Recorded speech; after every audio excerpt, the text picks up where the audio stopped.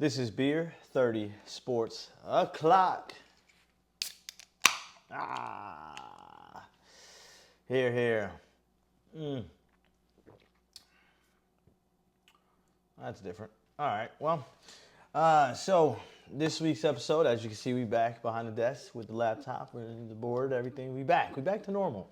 But we've got a lot to talk about this episode. So I am going to go ahead and get into it. But first, before we do, I want to shout out my second favorite store.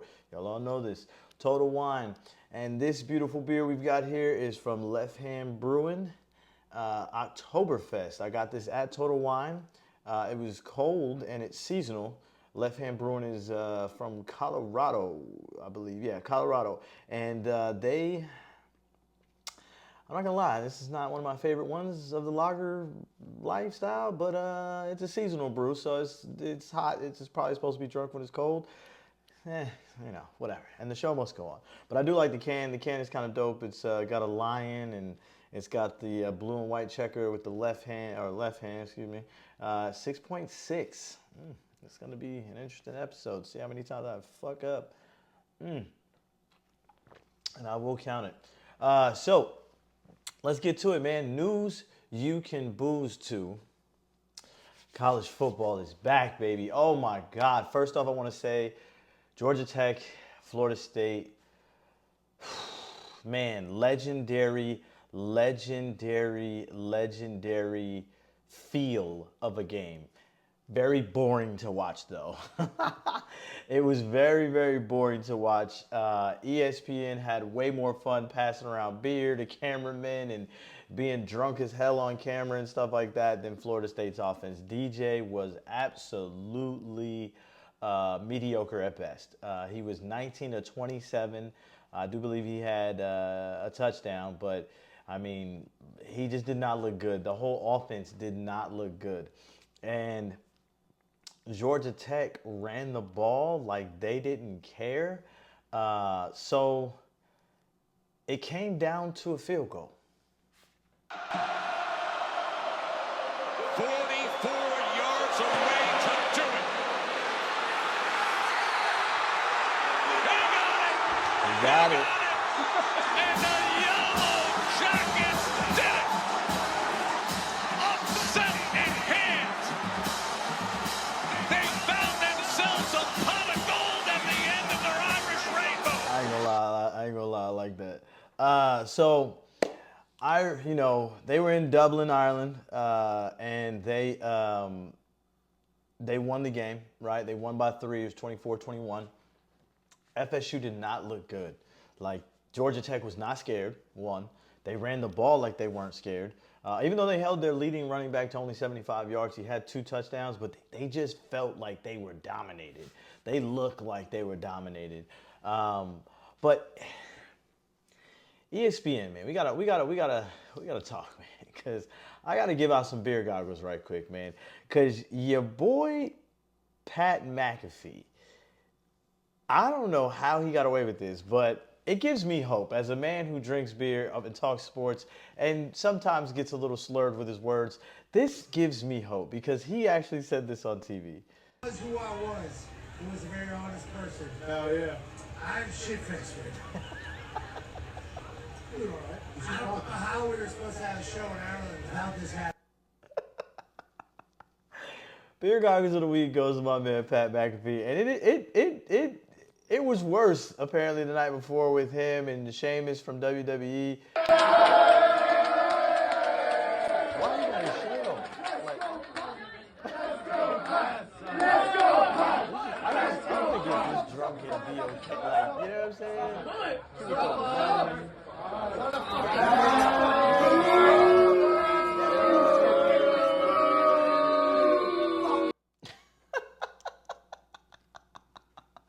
Bruh, they was booing this man. I aspire to have that much fun and get paid to do so because that's crazy. Like, that was crazy. So, Beer Goggles of the Week goes to you, Mr. Pat. You are one wild man. I don't know whether to clap for you or to be embarrassed for you, but one way or the other, you let us all know you a shit face. So, I appreciate you. Moving along, SMU SMU, man, had a lot of emotions for this game, and it was against Nevada. I didn't know Nevada was a rival. I didn't know that they were like fighting. People were spitting. Apparently, one of the players spit on another player and got ejected. Excuse me. I didn't know Nevada was that serious. The spread was crazy, by the way. The spread was like 27 and a half. So that maybe Nevada felt disrespected and they wanted to let SMU know. But it was SMU the ones acting like they was disrespected and they just had been going crazy the whole time. It was a very physical game from what I saw. I did bet on the game. I watched that game. So yeah, like it was really weird. They won the game, but I mean like I just didn't understand why it was so physical and why it was so much aggression for Nevada. Like, I didn't know SMU and Nevada had beef. Like, huh? So, listen, somebody from SMU fill me in. I'm just around the corner from the crib, so let me know. You know, I will be at a SMU game or two. So, like, yeah, I look forward to finding out what the fuck all that was about. So, yeah. Also, Hawaii. Hawaii played and won. And you know Hawaii got to come with the intros. Hawaii plays no games with the heritage in the intro. So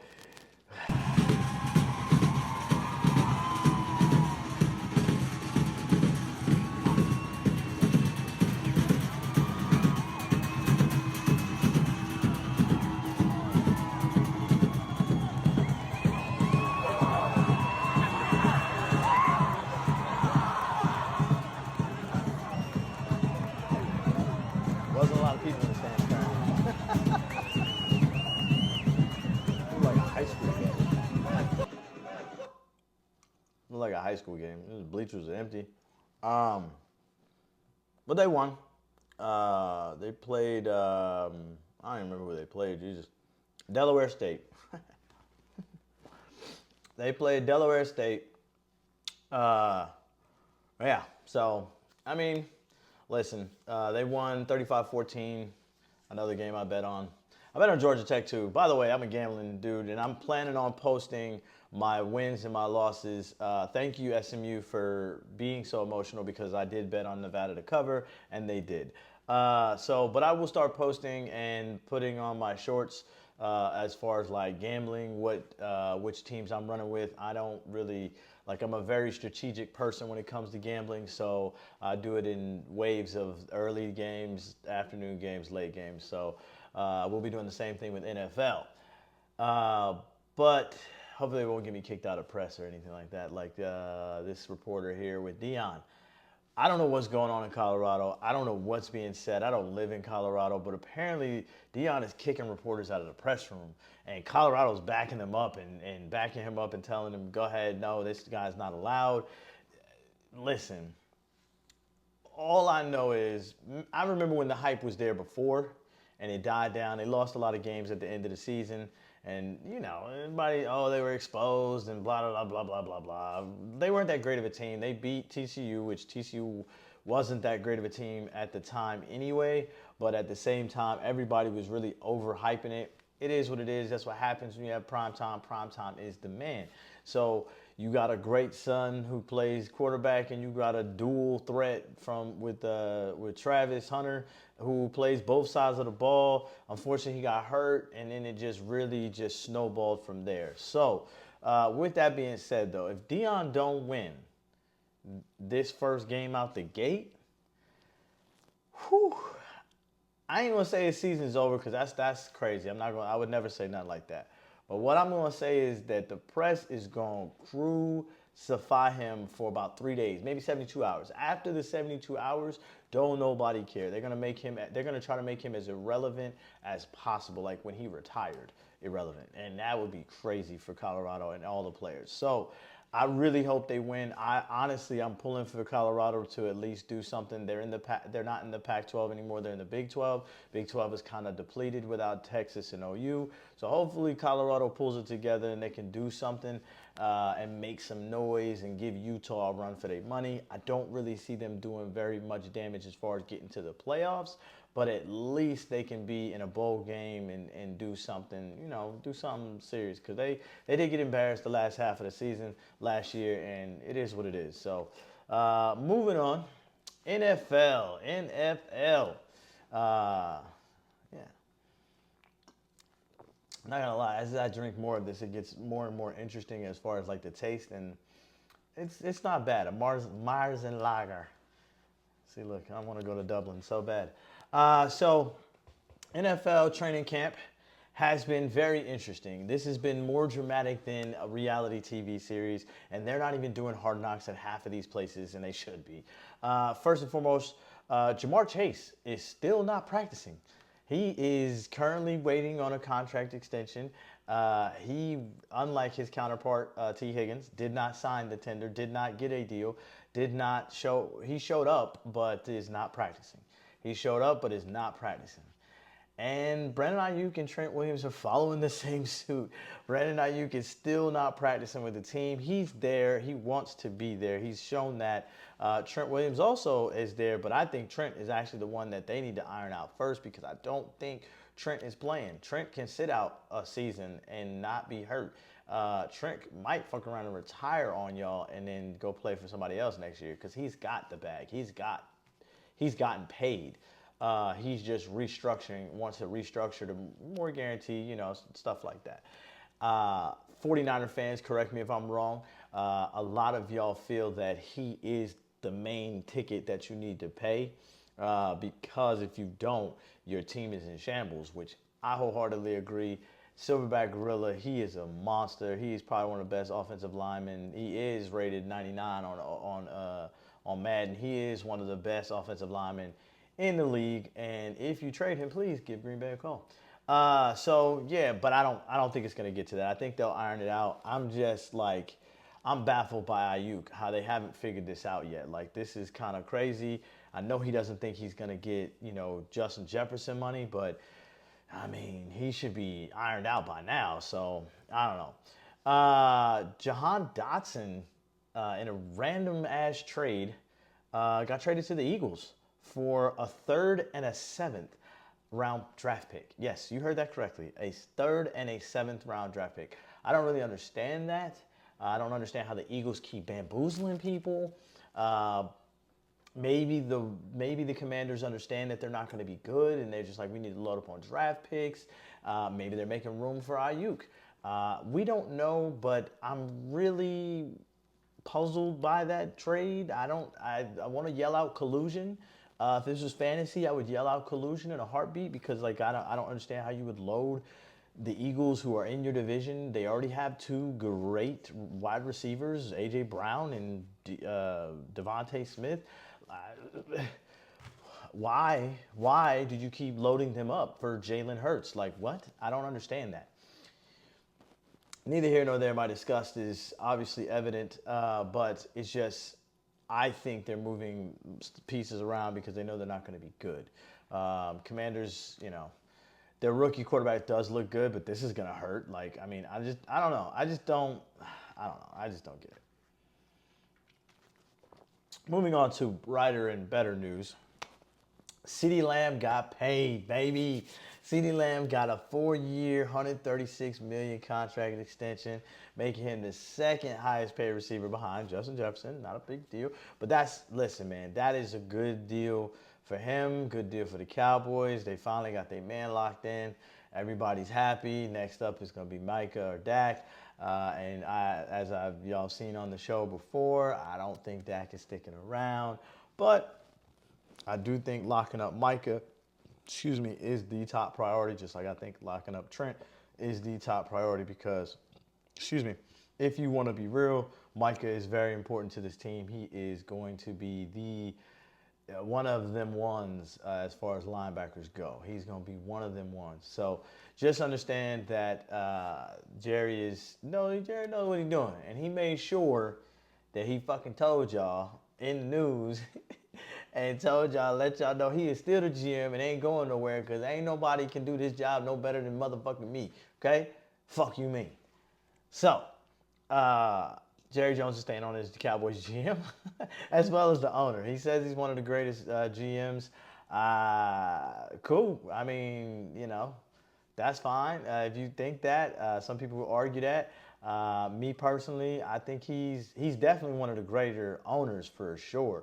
He definitely has that under his cap. But in other news, the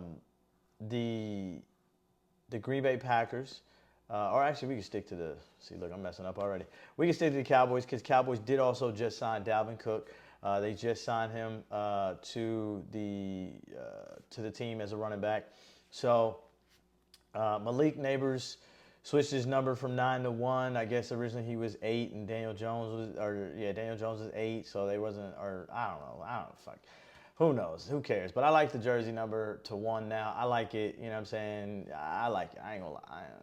But and then Packers made some moves. They dropped Anderson, whatever his name was, and they picked up a kicker. They picked up Braden Narvison, and he's famous for this 60-yarder kick that he made in Tennessee. They made a trade for Malik Willis and the kicker as well. And Malik Willis is going to back up Jordan Love, obviously. We all know that. But, yeah, so those are the trades and everything like that happened. And also, as if we cared or didn't know this already, Russell Wilson got named as the starter in Pittsburgh. Okay. So for those of you who have been following this, everybody's been saying how great Justin Fields has been looking, things like that. Again, sometimes the reason I never do episodes about the preseason, because preseason doesn't matter. Preseason doesn't matter to the starting lineups, right? Preseason matters to the younger guys trying to make the team, the guys that are, practice squad trying to move up. It matters to those guys. It matters to the late draft picks, things like that. But the guys that know. We all know who's going to start from the jump. There may or be some interchanging if you're all young or they're all young, sure. But this was like a foregone conclusion. I don't know why Tomlin was even playing with this option or even not justifying in front of jump. Maybe to help Justin Fields' confidence. I don't know. But it brings the question to me because this is, they cut down the rosters to 53 man. And I started to think about it. With Dalvin Cook signing with the Cowboys, with Russell Wilson and Justin Fields fighting for who's going to be number 1, with the Houston Texans getting Diggs over there as wide receiver, who has the best position rooms in the NFL?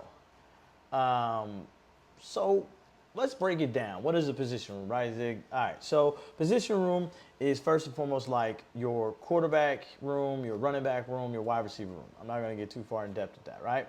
But basically those are the positions that are, there's a group of them in the room. They learn, watching film, practice, blah, blah, blah, together. They stick together.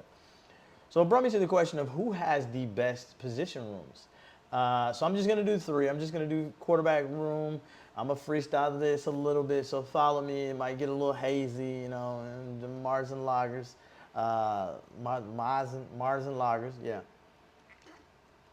Anyway, so first up on the QB room, right? My top 3, just my top 3, and I'm going to look at this because I think that I'm not tripping when I say this. I think Pittsburgh. I think Pittsburgh. I think Kansas City. Obviously, with the man there. And I low key. There's one more that I've been kind of looking at that I can't really make up my mind on because, to me, this quarterback room deserves some looking at. Is dare I say it? All right, fuck it. I'm gonna just say it. I think the Commanders. I think the Commanders don't necessarily. They have the rookie. They have Marcus Mariota, and then they have Jeff Driscoll. So those are my top three as far as quarterback position rooms. The reason I say that is not because of the starters. Obviously, if it was just starters, we just obviously Kansas City would take this easily. But they're backups. If something happens to them, they get injured, God forbid, who's going to take over at the reins? You have Carson Wentz, and who was arguably when he was in his prime MVP candidate. Now he's a shell of himself, obviously, but he is still Carson Wentz. He can still sling the rock. He did look decent when he was playing, things like that. So my thing is, they're up there, and then I think Pittsburgh is up there. And the reason I think Pittsburgh is up there because they have the highest high side with the Kyle Allen, Justin Fields, and Russell Wilson. Honestly, if we want to be real, that's the best quarterback room. That's the best quarterback room. Yeah, that's the best quarterback room. That's my argument. We stick it to it. Although I'm not sure yet because I haven't seen him play, but I mean, Atlanta could make an argument as well. Yeah. Because Atlanta can make an argument. Actually, we put Atlanta over the Commanders. Atlanta, I'm sorry, not Commanders. Atlanta could be third. Yeah. So I think Pittsburgh is first as far as quarterback room. Kansas City second because they don't really have a third person, and Carson Wentz isn't the Carson Wentz we thought back in the day. But the Atlanta room with Kirk Cousins and Michael Penix, if he does what he's supposed to do, Kirk is the man during the season. And if Penix is who he is, then that quarterback room is pretty stout. All right, so let's look at running backs because, we got to get to it, right? So running back room. So me personally, I just like the depth of this room. I don't necessarily know if I like the room. I don't think they're the best room, but I like the depth of the room. I like Miami's running back room. I'm not gonna lie. Raheem Mostert, Devon Shane. I see I'm fucking up already. Jeff Wilson Jr. and Jalen Wright. I like that running back room. The ones who are supposed to be beast mode, who is San Francisco, it really drops off for me. Jordan Mason is cool. Isaac Guerndo, yeah, I'm not even gonna try. And then Patrick Taylor. I mean, listen, I don't really like. I don't know. I don't really like their running back room. So we're gonna make one more stop here. Now, Kansas City. They creep back in here again. Isaiah Pacheco, Clyde Edwards-Helaire is still there, Carson Steele, and Samaje Perine. I'm going to have to give them the running back room because even with like the Jets, their running back room, I don't believe in anybody after. I mean, they got Breece Hall, who, he has good days, Braylon Allen, and then it just kind of really falls off. I don't know. It just doesn't really look that. And then who else is it? Philly. No. Philly's got an argument. Saquon, Kenneth Gainwell, Will Shipley. They're just. It's three and that's it. So they're just real light. Baltimore, the only reason I don't really have them up there is because it's Derrick Henry and Lamar Jackson.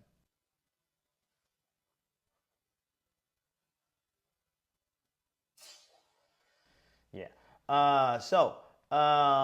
And then, yeah, that's really it, man. I mean, Aaron Jones and Ty Chandler in Minnesota.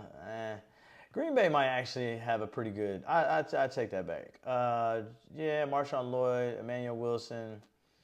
No, they only got three. Josh Jacobs. Yeah, they only got three. Ooh, let's see. Yeah, no, I have to give it to Kansas City. Kansas City's got the best running back room.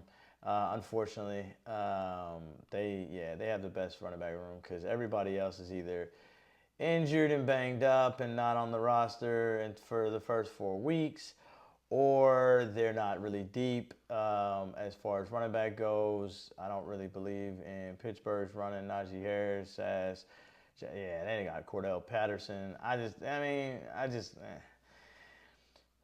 Although, no, yeah, I'm sticking with Kansas City best running back room. I'm sticking with Pittsburgh best quarterback room. Now, wide receiver room. This is where it gets kind of interesting to me because the Texans is like the answer, right? The Texans is the answer. From Tank, Diggs, Collins, Woods, Michi, Hutchinson, Steven Sims, like that wide receiver room is crazy. That wide receiver room is absolutely crazy. And how are you starting all these dudes? Like, how do you start them and run the ball? Like, you know what I'm saying? Honestly, they can make a run at running back room too with Joe Mixon. And I forgot about Damian Pierce and them over there. But yeah, but an argument could be made for the Green Bay wide receiver room, and I know that sounds very homerish of me, but we do got some young talent: Dobbs, Watson, as long as he stay healthy, Wicks, Heath, Bo, and Jaden Reed. Honestly, I feel like that's a pretty solid. They're just young, but that's the same thing they said about the Texans. Let's see who else. Tampa Bay, yikes. Chris Godwin, Jalen McMillan, Mike Evans. Yeah, no. Man, they are setting up Baker to fail. That's amazing. Let's see. Chargers. No. Golly, same thing. Rams. Yeah, I'd say Rams is probably a close second. So close second would be Rams, Cooper Kupp, Puka Nakua, stay fucking up, Demarcus Robinson, Tutu Atwell, and Tyler Johnson, and Jordan Whittington. I actually like Whittington. He had some talent, and they got somebody else. It might be Whittington. No. They drafted somebody that was actually pretty solid too. Man, I need to look up who they drafted. Anyway, basically that was, San Fran, I guess, can make an argument too. I don't really believe in Juwan Jennings. I don't believe in Jennings. Debo Samuels, Brandon Ayuk, tough. Ronnie Bell, Chris Conley. I mean, they're not bad. I'll give them probably third. I'd probably give them third over Green Bay. Maybe Detroit. Nah, Detroit's really light. Yeah, Detroit's really light. I knew that. Chicago. Chicago might be all right. They probably be in the top 5 in the wide receiver with Keenan Allen, Rome, DJ Moore, Scott Tyler, Jones Jr., and DeAndre Carter. Yeah, I mean, it'd be all right. It might be all right. Hopefully they don't just have the Bears curse and they have a decent year and make it fun in the NFC North again. Everybody else is, there's some there like, like the Jets, Garrett Wilson, obviously, Alan Lazard, Mike Williams is over there now, but they're all old. You know what I mean? They're all older. It's not the same. Anyway, again, thank you guys for following the show. That's going to be it. I don't want to drag this on too long. I feel like quarterback, running back, wide receiver rooms, those are the best rooms to be in anyway. So I didn't want to drag this on too long. Football season is literally around the corner. So again, like I said, I'm going to be putting out my bets. I'm going to be putting out my fantasy wins, my fantasy losses, my bet losses. I'm going to be putting all that stuff out. so that you guys can talk shit and continue to troll me, because I got trolled really bad. Or no, I wouldn't say trolled. I got talked crazy to during the beer episode, or for the beer episode, because people were trying to tell me there are different beers that I should get. We're gonna do an international beer whenever like the World Cup and stuff like that. Hell, I might need to travel to Dublin and go out there and get lit like Pat, baby. But yeah. Like, comment, subscribe. Thank you again for watching. It has been a great time. Oktoberfest is kicking in. This is Beer 30 Sports O'Clock. Yes, we're going to open the second one because the first one is empty. I'm shit-faced right now.